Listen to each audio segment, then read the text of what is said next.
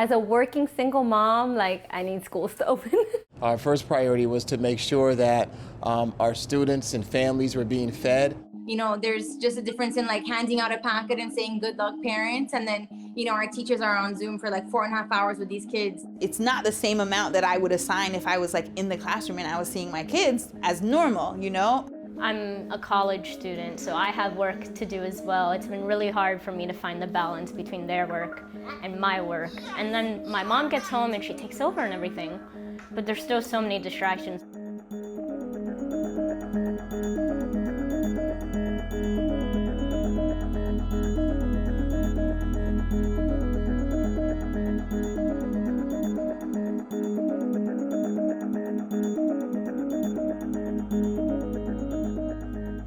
I've continued working full-time, which was also hard.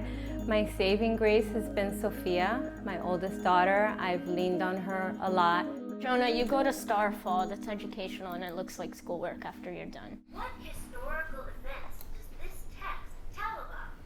Complete each sentence. Of course, I'm happy to help my family with the homeschooling at home.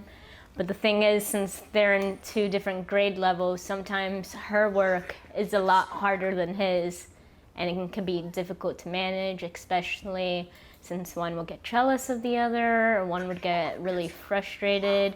But I'm also studying education in college, so I think that helps. This has been great practice. And even though they don't see me as their teacher, I think I've been doing a pretty good job so far.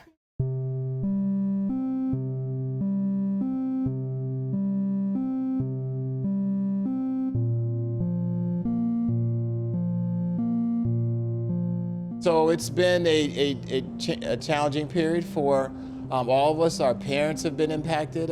They've had to take on new roles as being a teacher aide, custodian, cafeteria worker, disciplinarian, all of those things on top of their own anxiety and stresses and fears.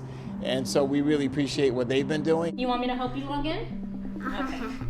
Okay, so both of you guys are gonna do reading. Are you reading? No! All right.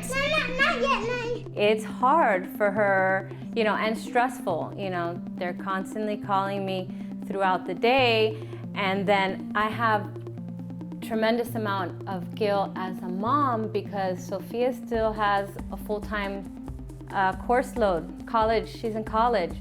Everything is done? Yeah. iReady's done? They're just playing educational games on their portal now. Okay. Even though I take over when I get home, there's just so many distractions. She doesn't start working until the kids go to bed, so she works pretty late into the night. So that's like some guilt that I'm carrying. I teach high school math, so I teach mostly 9 through 12. I teach algebra too. Oh, yes, please tell me about your TikTok progress. I don't know what happened to Bryce. Bryce literally told me, he's like, I want to say bye. When we talk about the learning gaps, right? Like, because we have not been able to cover the amount of material that I would have covered. Like I think we lost a whole like chapter and a half that we would have covered that we haven't been able to cover. And I think, first of all, going into the next school year, I have to be conscious of that as a teacher. It's been 2 years that I've been in my position that I'm in now, which is a curriculum coach. The biggest challenges was actually getting technology into these homes. These kids just don't have, you know, what you think, you know, regular kids have. And so we had to find a way to get them all technology in their homes. And then to figure out a way to get the siblings on different schedules so that they could use the same laptop, you know, in a house with 3 kids. We know that we've lost some ground academically for students through this because some have tried to adapt, our teachers have tried to adapt. And so, you know, I look at it, hey, when you're running a distance race, you may trip and stumble a bit, but then you got to recover quickly, and then you have to accelerate to get back in. And that's what we need to do. We've got to recover, and then we have to accelerate learning, which means we may need to look at things as restructuring our school day, maybe making it a little bit longer. We may need to revisit the school calendar and make adjustments. And most of all, we're gonna have to be flexible because we don't know what the path of this pandemic is gonna look like. We are planning for either full school or being full at home, and either way, we're not going backwards. You know, we've said from the beginning that the kids are learning these skills right now that they're going to use for the rest of their lives. So we're not going to regress and stop this. If we get back to school, the kids are still going to be going on virtually. I'm not a teacher, and Sophia didn't sign up for this. I mean, she's been so good, but she has to focus on her own school life. Of course, we keep speculating about this, like what is next school year going to look like? And I don't know that we can force every kid in America to be in a school building. I don't know that we can do that, if this doesn't subside a little bit. So I'm convinced that attendance is not going to be mandatory next school year. Going forward, and especially if her campus opens, I don't know what I'll do because I need to be at work.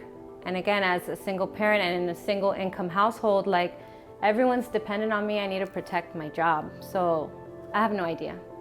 I have no idea what I will do if schools don't open in the fall. I'm trying not to even think about it.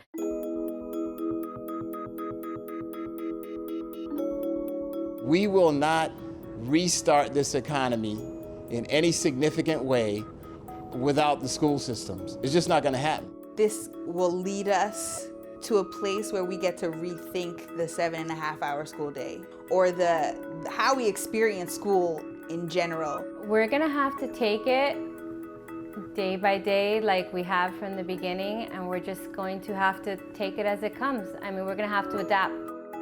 The message for this nation is that we have learned now how essential and integral our public school systems are to the function in this country. We've also learned how important our teachers are and how difficult and challenging that work is. And we should take those lessons as we go forward. I think we can come out of this crisis much stronger and better than we were before.